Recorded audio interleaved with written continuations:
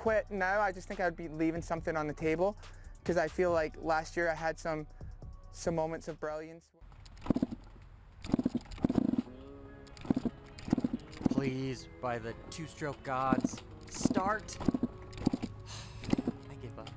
So Deano's one of my favorite riders, and man, to me he seems sort of like a Trey Canard, where gosh, once you get in the 450 class, just nothing can go right for you. It's just injury after injury after injury. And this industry has a way of, lack of a better analogy, sort of flush you down the toilet. It spins you around and you can never get above the bolt per se.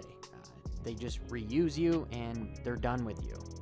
I remember finishing 25th at Loretta in 2009, and this kid was witted the 250 Pro class. I was so jealous of this rider, Dean, because he was going to have such an amazing career. And he has. Don't get me wrong, he has. But by my title, I think this potentially could be his last year. He's 28 years old. That's an old man in Supercross land.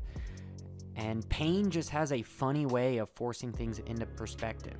You don't get to be a rider like Deano without going through some hard knocks. I mean, I was in a lot of pain and emotion. I was like, I'm done, like this is it, I'm done racing.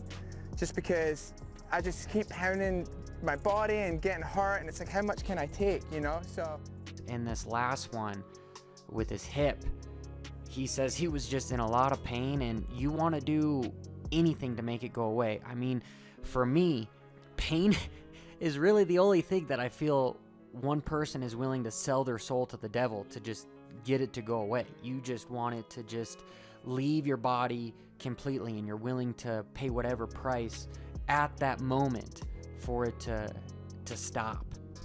And that is exactly why I have so much damn respect for these motorcycle athletes, whether it's enduro, motocross, supercross, whatever it is.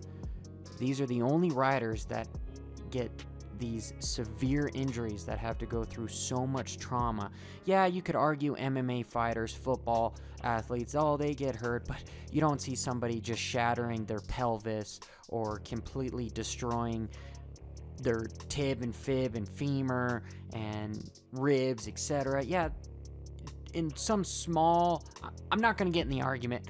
Motocross athletes, there's more risk involved just because of the sheer inertia, the weight of the motorcycle, etc. End of story. You guys can argue with me in the comments below. Please do, by the way. So during my career, and I continue to, I've read hundreds of self-help books, and I'm a little biased on them because they're all based on steering you, setting you up mentally to have this never lay down mentality. You know, always dig deeper, push harder, because you can always have a comeback. You can always be better. You can always pick yourself up off the ground. While I absolutely venerate that ideology, there's just sometimes, no matter how strong you are and how strong your will is, the body will not follow. Gosh, I'm going to digress here just a moment. I remember early in my career when I used to be so happy when I got hurt because it forced me to take a break. And without having that, I would have just been pegged 24/7. And that's what these guys are. It's a brutal sport.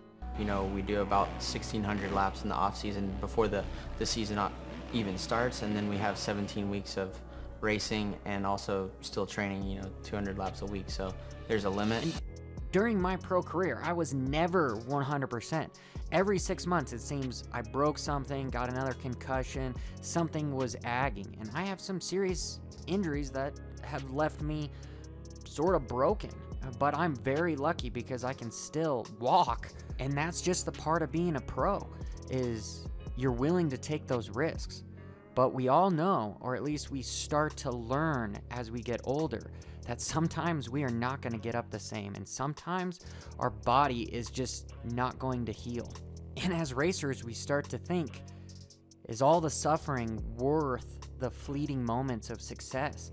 And 9 out of 10 times, yeah, they are, because there is nothing like that feeling of the just sheer dump of dopamine and adrenaline and epinephrine. There are all of our fight or flight reflex hormones that I've never experienced anything in my life close to what racing gives you at the moment. But then in an instant, a snap, you're just flooded with pain and you want it all to go away.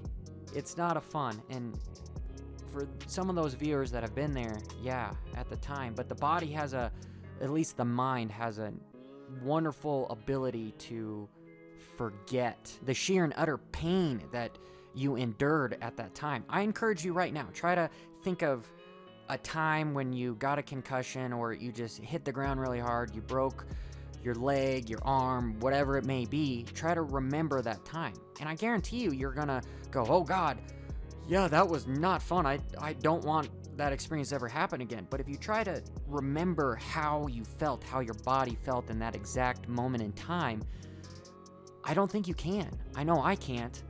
My point is, I think that's where Deano is, and I think that's where Dungey was in the last bit of his career. I think that's where Villapoto was in the last bit of his career. I think that's where Stewart was, again, in the last bit of his career.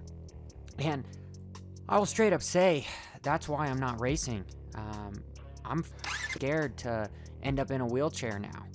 So I'm just going to ride for fun, and this is a very pivotal point in Deano's life that's going to dictate his future, and I'm rooting for him, and I hope he achieves everything that he sets out to.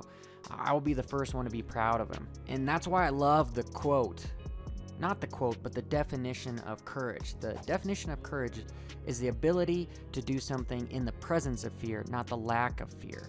And if Deano lets fear consume him, then he should hang up the boots and call it quits, because I don't think he's going to finish top 5 all year.